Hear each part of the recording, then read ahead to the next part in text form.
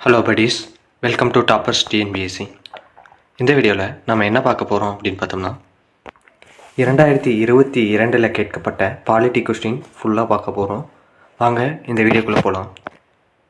இந்தியாவில் முதலில் லோகாயுக்தா அமைப்பினை உருவாக்கிய மாநிலம் எதுன்னு கேட்குறாங்க. அது ஒரிசா.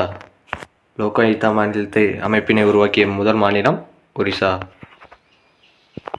உயர்நீதிமன்ற நீதிபதியின் ஓய்வு பெறும் வயது 62. உயர்நீதிமன்ற நீதிபதியின் ஓய்வு பெறும் வயது 62. புஞ்சி கமிஷன் அமைக்கப்பட்டது ஏப்ரல் 28, 2007. ஏப்ரல் 28, 2007. ஞாபகம் வச்சுங்க. ஏப்ரல் 29ன்னு அதற்கு பக்கத்தில் இருக்கிற டேட்டெல்லாம் கொடுத்துருக்காங்க. அதனால் இதை கரெக்டாக ஞாபகம் வச்சுங்க. ஏப்ரல் 28, 2007. மாவட்ட கிராம மேம்பாட்டு முகமையின் தலைவர் யாருன்னு பார்த்தோம்னா மாவட்ட ஆட்சியர். மாவட்ட கிராம மேம்பாட்டு முகமையின் தலைவர் மாவட்ட ஆட்சியர். குடியரசுத் தலைவர் ராஜ்யசபாவில் டேஸ் உறுப்பினர்களை நியமிக்கிறார் அப்படின்னு பார்த்தோம்னா 12 உறுப்பினர்கள். குடியரசுத் தலைவர் ராஜ்யசபாவில் 12 உறுப்பினர்களை நியமிக்கிறார். அடிப்படை கடமைகள் பற்றி பரிந்துரைக்க அமைக்கப்பட்ட குழுவினை குறிப்பிடுக. என்ன குழுன்னு பார்த்தோம்னா ஸ்வரன்சிங் குழு. 1976 இந்திய அரசியலமைப்பின் முகவரியில் சேர்க்கப்பட்ட கூற்று யாது அப்படின்னு கேட்டிருக்காங்க. சமதர்ம அப்படிங்கிறது தான் சரியான விடை. இதில் ஆப்ஷன் ஏவும் சரிதான். மதசார்பின்மை, அதாவது 1976 இந்திய அரசியலமைப்பின் முகவரியில் சேர்க்கப்பட்ட கூற்று என்னன்னு பார்த்தோம்னா சோசியலிஸ்ட் செக்யூலர் இன்டெகிரிட்டி அப்படிங்கிற 3 வார்த்தையை சேர்த்திருப்பாங்க. கம்யூனிசம் அப்படிங்கிறது தான் தப்பு. இதில் இங்கிலீஷ்லேயும் ஒரு தடவை படித்து பார்த்துக்குங்க. இங்கிலீஷ்லேயும் இதேமாரி தான் தமிழில் இருக்கிற மாரி தான் இருக்குது. ஆனால் ஒவ்வொரு சமயத்தில் இங்கிலீஷில் வேறு மாரி கொடுத்துருப்பாங்க. அடுத்தது, குத்தகை சட்டத்தின் முக்கிய அம்சம் அல்லது அம்சங்கள் என்னென்னு பார்த்தோம்னா ஒப்பந்த காலத்தை நிர்ணயித்தல், நியாயமான வாடகை, நிலத்தை வாங்கும் உரிமை. இது 3மே 1, 2, 3 சரி. அடுத்தது, ஒடுக்கப்பட்ட மக்கள் தெளிவான பிரதிநிதித்துவத்தை உள்ளாட்சி தேர்தலில் பெற்றிடவும் மற்றும் பொதுப்பணியில் தேர்வாகிட உதவிடவும் டேஸ் ஒப்பந்தமாகும் அப்படின்னா பூனா ஒப்பந்தம். இன்னொரு தடவை பாருங்க. ஒடுக்கப்பட்ட மக்கள் தெளிவான பிரதிநிதித்துவத்தை உள்ளாட்சி தேர்தலில் பெற்றிடவும் மற்றும் பொதுப்பணியில் தேர்வாகிட உதவிடவும் டேஸ் ஒப்பந்தம் அப்படின்னா பூனா ஒப்பந்தம். எந்த அரசியலமைப்பு சட்டப்பிரிவு பன்னாட்டு அமைதி மற்றும் பாதுகாப்பை ஊக்குவிக்கிறது அப்படின்னு பார்த்தோம்னா அது அரசியலமைப்பு 51. அடுத்தது, ஒன்றிய அரசாங்கம் எந்த ஆண்டு நீதியரசர் RS சர்க்காரியா தலைமையில் ஆணையம் அமைத்தது அப்படின்னு பார்த்தோம்னா 1983. 2005 தகவல் அறியும் உரிமை சட்டப்படி தகவலை பெறுவதற்கான கால வரம்பு என்ன அப்படின்னு பார்த்தோம்னா 30 நாட்கள். மாநிலத்தின் முதலமைச்சரை நியமனம் செய்பவர் யாருன்னு பார்த்தோம்னா ஆளுநர். மாநிலத்தின் முதலமைச்சரை நியமனம் செய்பவர் ஆளுநர். 1985 திட்டக்குழுவினால் உள்ளாட்சி அரசாங்கம் தொடர்பாக நிறுவப்பட்ட குழு எது அப்படின்னு பார்த்தோம்னா அது GVK ராவ் குழு. எந்த சட்டம் இந்திய குறு அரசியலமைப்பு என அழைக்கப்படுகிறது அப்படின்னு பார்த்தோம்னா 42வது சட்ட திருத்த சட்டம். லோக் ஆயுக்தா உறுப்பினர்களை நியமனம் செய்பவர் யாருன்னு பார்த்தோம்னா கவர்னர், மாநில ஆளுநர். மின் ஆளுகை நீதிமன்றங்கள் திட்டம் எந்த ஆண்டு தொடங்கப்பட்டது அப்படின்னு பார்த்தோம்னா 2005. மின் ஆளுகை நீதிமன்றங்கள் திட்டம் எந்த ஆண்டு தொடங்கப்பட்டது? 2005. இந்திய அரசியலமைப்பில் அதிகாரங்களில் பிரிவில் 7வது அட்டவணையில் குறிப்பிடப்பட்ட மத்திய பட்டியலில் எத்தனை இனங்கள் உள்ளன அப்படின்னு பார்த்தோம்னா என்னன்னு கேட்டிருக்காங்க. 7வது அட்டவணை மத்திய பட்டியலில் என்ன இருக்குது? இதுதான் கொஸ்டின். இது 100 இருக்குது. கீழே கொடுக்கப்பட்டுள்ள உயர் பதவி அலுவலர்களின் பட்டியலை கவனித்து அவர்கள் பதவியின் அடிப்படையிலான முன்னுரிமை படிநிலை பட்டியலை கண்டறிக. என்னென்னு பார்த்தோம்னா முதல்ல இந்திய தலைமை தேர்தல் ஆணையர், 2வது மக்களவை துணைத் தலைவர், 3வது மத்திய அமைச்சரவை செயலர், 4வது தலைமை இராணுவ அதிகாரி. இது பதவியின் அடிப்படையில் முன்னுரிமை. எந்த சட்டங்கள் சூழ்நிலை கருதி மாநில அரசுகளை மத்திய அரசு கட்டுப்படுத்தும் அதிகாரங்களை கூறுகின்றன அப்படின்னு பார்த்தோம்னா 365, 256, 257. சரத்து 365, 256, 257. அடுத்த கொஸ்டின், இந்தியா ஒரு மதசார்பற்ற நாடு, அனைத்து மதங்களையும் சமமாக மதிக்கிறது மற்றும் அவர்களுக்கு சம வாய்ப்பினை வழங்குகிறது என 1961 நேரு எழுதினார். அதை இந்தியாவின் ஜனாதிபதியாக இருந்த ராதாகிருஷ்ணன், மக்களாகிய நாம் கண்ணுக்கு தெரியாத ஆவியின் யதார்த்தத்தையோ அல்லது வாழ்க்கைக்கு மதங்களின் பொருத்தத்தையோ நிராகரிக்கிறோம் அல்லது மதத்தை உயர்த்துகிறோம் என்று அர்த்தமல்ல, மதசார்பின்மையே ஒரு நேர்மறையான மதமாக மாறுகிறது அல்லது அரசு தெய்வீக உரிமைகளை ஏற்றுக்கொள்கிறது என்று அர்த்தமில்லை என்று வெளிப்படுத்தினார். பின்வருவனவற்றுள் எது சிறப்பாக பத்தியில் குறிப்பிடப்பட்டுள்ளது அப்படின்னு பார்த்தோம்னா, இந்தியா மதசார்பின்மை பொதுவெளியில் மதத்தின் முக்கியத்துவத்தை அங்கீகரிக்கவில்லை. இந்திய மதசார்பின்மை பொதுவெளியில் மதத்தின் முக்கியத்துவத்தை அங்கீகரிக்கவில்லை. இதுதான் இதற்கான சரியான விடை. கீழ்காணும் சட்டங்களில் எது அடிமைகளின் பட்டயம் என ஜவஹர்லால் நேருவினால் விவரிக்கப்பட்டது அப்படின்னு பார்த்தோம்னா, அது இந்திய அரசாங்க சட்டம் 1935. குடியுரிமை திருத்த சட்டம் 2019 பற்றி பின்வரும் கூற்றுகளில் எவை உண்மையானவை? இந்தியாவில் 6 ஆண்டுகளுக்கு மேல் வாழ்ந்த அனைத்து வெளிநாட்டினருக்கும் குடியுரிமை வழங்கப்படும். ஆப்கானிஸ்தான், பங்களாதேஷ் மற்றும் பாகிஸ்தானிலிருந்து வந்த 31 டிசம்பர் 2014 முன் இந்தியாவிற்குள் நுழைந்த இந்துக்கள், சீக்கியர்கள், பௌத்தர்கள், ஜைனர்கள், பார்சிகள் அல்லது கிறித்துவ சமூகங்களின் உறுப்பினர்களுக்கு குடியுரிமை. குறிப்பிட்ட சமூகங்களை சேர்ந்தவருக்கு 12 ஆண்டுகளுக்கு பதிலாக 6 ஆண்டுக்குள் குடியுரிமை வழங்கப்படும்.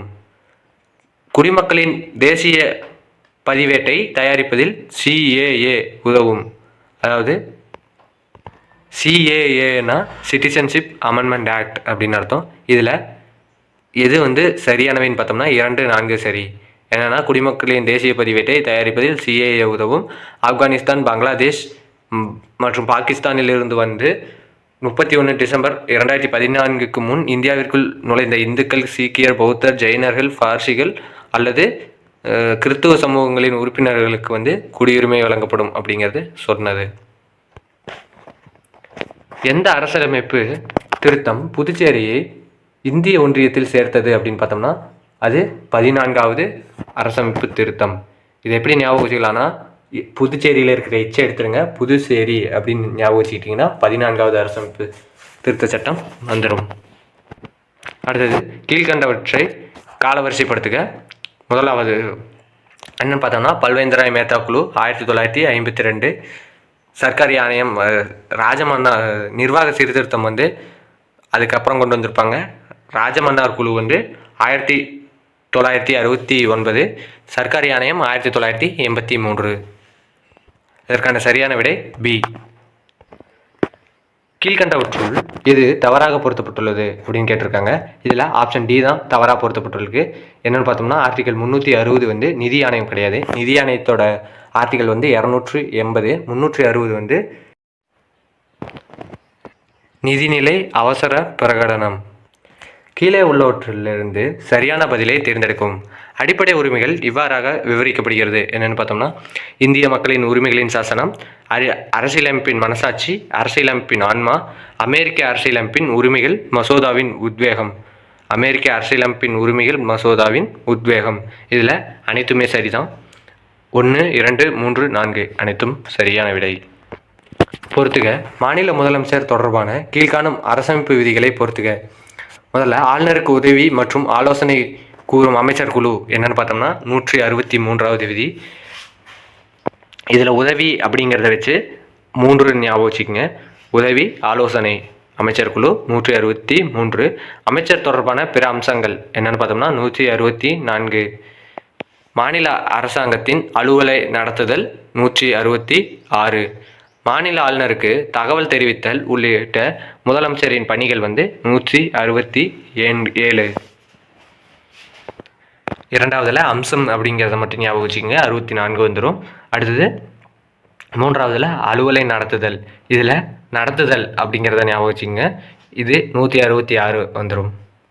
அடுத்து மாநில ஆளுநருக்கு தகவல் தெரிவித்தல் உள்ளிட்ட முதலமைச்சரின் பணிகள் 167. தேர்தல் சீர்திருத்தங்கள் தொடர்பான கோஸ்வாமி குழு எப்படின்னு பார்த்தோம்னா அது 1990. ஓரா குழு அறிக்கை 1993. இந்தர்ஜித் குப்தா 1998. அரசின் நிதியளிப்பு மூலமாக தேர்தல் பற்றி 1998. இரண்டாவது நிர்வாக சீர்திருத்த ஆணையம் 2008. ஆப்ஷன் டி சரியான விடை. மாநில ஆளுநரின் நீதிமன்ற அதிகாரம் குறித்து கீழ்கண்ட கூற்றை கருதுக. விருப்பத் தேர்விலிருந்து சரியான விடையை தேர்ந்தெடுக்கும். துணிவு ஏ கொடுத்துருக்காங்க. கூற்று மன்னிப்பு அளிக்கும் அதிகாரம் 161 சட்ட உறுப்பின் கீழ் மிகவும் விரிவானது. அது எந்த எல்லையையும் கொண்டிருக்கவில்லை. காரணம் அவளோ அல்லது அவரோ அறிவை நன்கு செலுத்தி ஆராயாத பொழுதும் உரிய நம்பகமான ஆவணங்களை அத்துமீறும் உணர்வுக்கு ஆட்பட்டிருக்கும் போது நீதி புனராய்வு என்பது சாத்தியமாகும் அப்படின்னு கொடுத்துருக்காங்க. கூற்று ஏ மற்றும் ஆர் இரண்டும் சரி. ஆனால் ஆர் என்பது ஏவிற்கான சரியான விளக்கம் அல்ல. அடுத்ததும் கூற்று காரணம் கொடுத்துருக்காங்க. உய்ய சிந்தனை ஒரு நம்பிக்கையை ஏற்படுத்துவதில் முக்கிய காரணமாக அமைகிறது. காரணம் உய்ய சிந்தனை என்பது மதிப்பீடு மற்றும் உருவாக்கம் ஆகியவற்றை உள்ளடக்கியது மற்றும் அது பகுத்தறிவு தரநிலைகளின்படி செயல்படுகிறது. அந்த நம்பிக்கைகள் காரணங்களால் எவ்வளவு சிறப்பாக ஆதரிக்கப்படுகின்றன என்பதன் மூலமாக தீர்மானிக்கப்படுகிறது. இது கூற்று ஏ கூற்று தவறு, ஆனால் காரணம் சரி. சட்டம் தொடர்பான சரியான பொருத்தங்களை தேர்வு செய்யவும் சொல்லி கொடுத்துருக்காங்க பாருங்க. விதி 371 மகாராஷ்டிரா மற்றும் குஜராத் ஆகிய மாநிலங்களில் தொடர்பானது. 371A நாகாலாந்து மாநிலம் தொடர்பானது. 371D ஆந்திர பிரதேச மாநிலம் தொடர்பானது. 371H தமிழ்நாடு மாநிலம் தொடர்பானது. இதில் 1, 2, 3 ஆகியவை சரி. கீழ்கண்டவற்றை பொறுத்துக. தலைவர் குழு காக்கா கலேக்கர் குழு எப்படின்னு பார்த்தோம்னா முதலாவது பிற்படுத்தப்பட்டவர் குழு. சாக்சா குழு எதுக்குன்னு பார்த்தோம்னா பழங்குடியினர் முன்னேற்றம். மண்டல் ஆணையம் என்னன்னு பார்த்தோம்னா இரண்டாவது பிற்படுத்தப்பட்டோர் குழு. ஜஸ்டிஸ் ஏகே மாத்தூர் எதுக்குன்னு பார்த்தோம்னா 7வது ஊதிய குழு. அடுத்தது 1944 இந்திய அரசாங்கம் டேஸ் தலைமையின் கீழ் ஒரு திட்டத்துறையை ஏற்படுத்தியது அப்படின்னு பார்த்தோம்னா அது சர் ஆர்தேசிர் தலால்.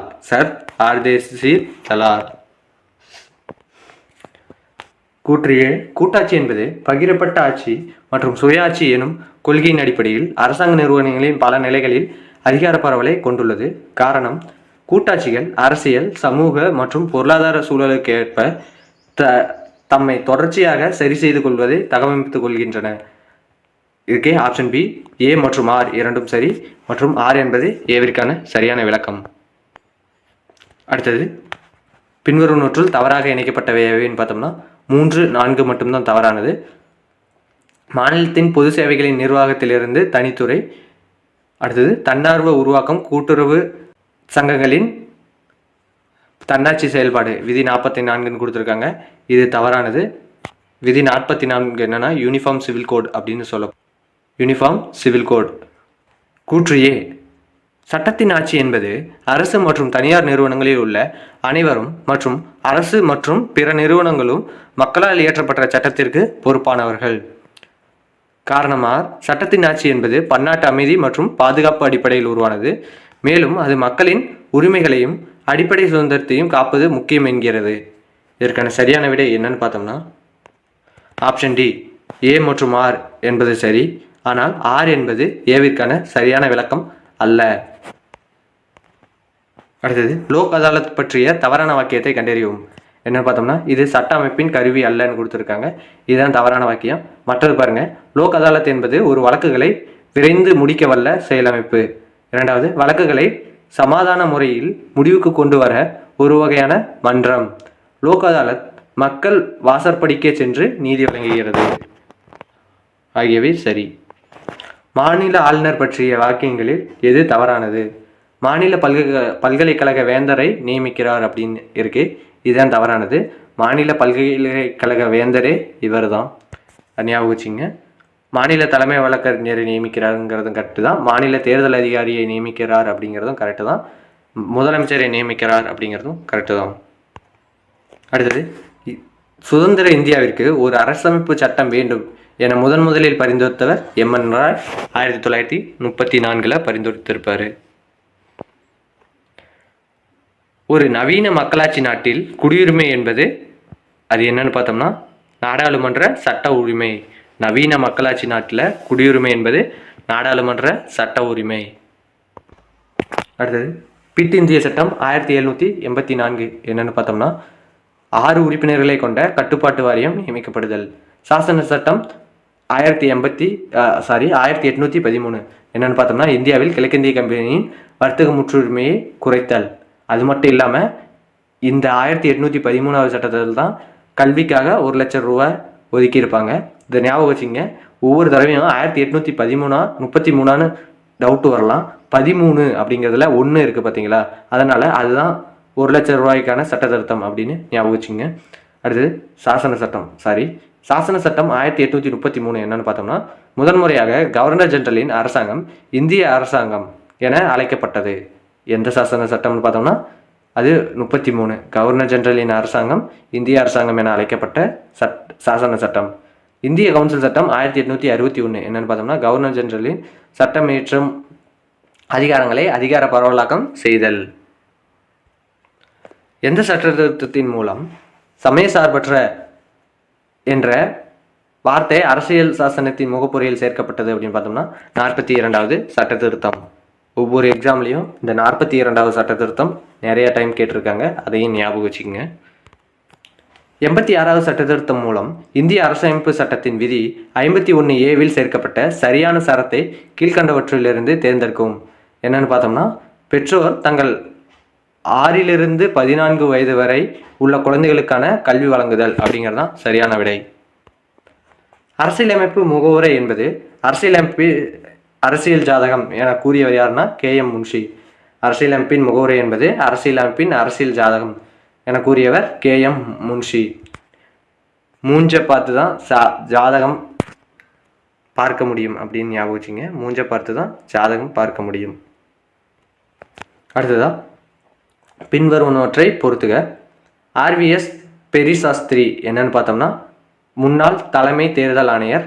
A.N. ராய் யாருன்னு பார்த்தோம்னா முன்னாள் இந்திய தலைமை நீதிபதி. சரண் சிங் யாருன்னு பார்த்தோம்னா முன்னாள் இந்திய பிரதமர். B.N. ஜா அது முன்னாள் UPSC தலைவர். இதில் சரண் சிங் மட்டும் நம்மளுக்கு தெரிஞ்சால் போதும் முன்னாள் இந்திய பிரதமர் அப்படின்ட்டு. ஒவ்வொரு பொறுத்துகளையும் இதுமாரி ஏதாவது ஒரு இது கொடுத்துருப்பாங்க. அந்த ஒரு இதை வச்சு மற்றதெல்லாம் பொருத்த முடியுமான்னு பார்த்தோமா போதும். நம்ம ஒரு கொஸ்டின் தெரியல அப்படின்ட்டு எதையும் விட வேணாம், அதை ஞாபகம் வச்சுங்க. அந்த பொறுத்துக்காக நீங்கள் கரெக்டாக 4ஐயும் படித்து பார்த்து கரெக்டாக ஆன்சர் பண்ணிங்கனாவே மார்க் வந்துடும். இந்திய ஒன்றியத்தின் பாதுகாப்பு படைகளின் மீதான உயர் தனி ஆணைய அதிகாரம் யாரிடம் உற்றமைக்கிறது அப்படின்னு பார்த்தோம். உற்றமைந்திருக்கிறது அப்படின்னு பார்த்தோம்னா அது குடியரசுத் தலைவரிடம். கீழ் சொல்லப்பட்டவற்றுள் நாங்கள் ஆணையிடுகிறோம் என பொருள் உணர்த்துவது டேஸ் மனு அப்படின்னு பார்த்தோம்னா அது மாண்டமஸ். ஞாபகம் வச்சுங்க, மாண்டமஸ். புதிய அகில இந்திய பணியினை டேஸால் உருவாக்க முடியும் அப்படின்னு பார்த்தோம்னா அது பாராளுமன்ற சட்டத்தின் மூலம். புதிய அகில இந்திய பணியினை பாராளுமன்ற சட்டத்தின் மூலம் உருவாக்க முடியும். சட்டத்தின் முன் அனைவரும் சமம் என்ற கருத்துரு டேஸ் உறுப்பாகும் அப்படின்னு பார்த்தோம்னா ரூல் ஆஃப் லா, சட்டத்தின் ஆட்சி. கீழே சொல்லப்பட்டவற்றுள் இந்திய பாராளுமன்றத்தின் இறையாண்மைக்கு உள்ள வரம்புகள் என்னென்னு பார்த்தோம்னா அடிப்படை உரிமைகள், நீதி புனராய்வு, கூட்டாட்சி, எழுதப்பட்ட அரசியலமைப்பு. இது அனைத்தும் சரிதான் இறையாண்மை அப்படின்னா. இந்திய அரசமைப்பு சட்டத்தின் எந்த பகுதியின் கீழ் அரசின் கடமைகள் என கருதப்படுபவைகள் பட்டியலிடப்பட்டுள்ளன அப்படின்னு பார்த்தோம்னா directive principle of state policy, அதாவது அரசிற்கான வழிகாட்டு நெறிமுறைகள். அரசியலமைப்பு விதிகள் 14 முதல் 18 வரை விளக்குவது என்னன்னு பார்த்தோம்னா அது ரைட் டு ஈக்குவாலிட்டி, சமத்துவ உரிமை. லோக் ஆயுக்தா மற்றும் உபலோக் ஆயுக்தாவின் முதல் அகில இந்திய கருத்தரங்கம் நடைபெற்ற இடம் என்னன்னு பார்த்தோம்னா சிம்லா. லோக் ஆயுக்தா மற்றும் உபலோக் ஆயுக்தாவின் முதல் அகில இந்திய கருத்தரங்கம் நடைபெற்ற இடம் சிம்லா. இந்திய குடியரசுத் தலைவர் மற்றும் துணை குடியரசுத் தலைவர் பதவியிடங்கள் காலியாக இருக்கும்போது குடியரசுத் தலைவராக செயல்படுவர் யாருன்னா உச்சநீதிமன்ற தலைமை நீதிபதி, the chief justice of India. இதை ஞாபகம் வச்சுங்க. இதோட இந்த வீடியோ முடியுது. இந்த வீடியோ பிடிச்சிருந்தா லைக் பண்ணுங்கள், ஷேர் பண்ணுங்கள், சப்ஸ்கிரைப் பண்ணுங்கள். வீடியோவில் பார்க்கலாம். நன்றி.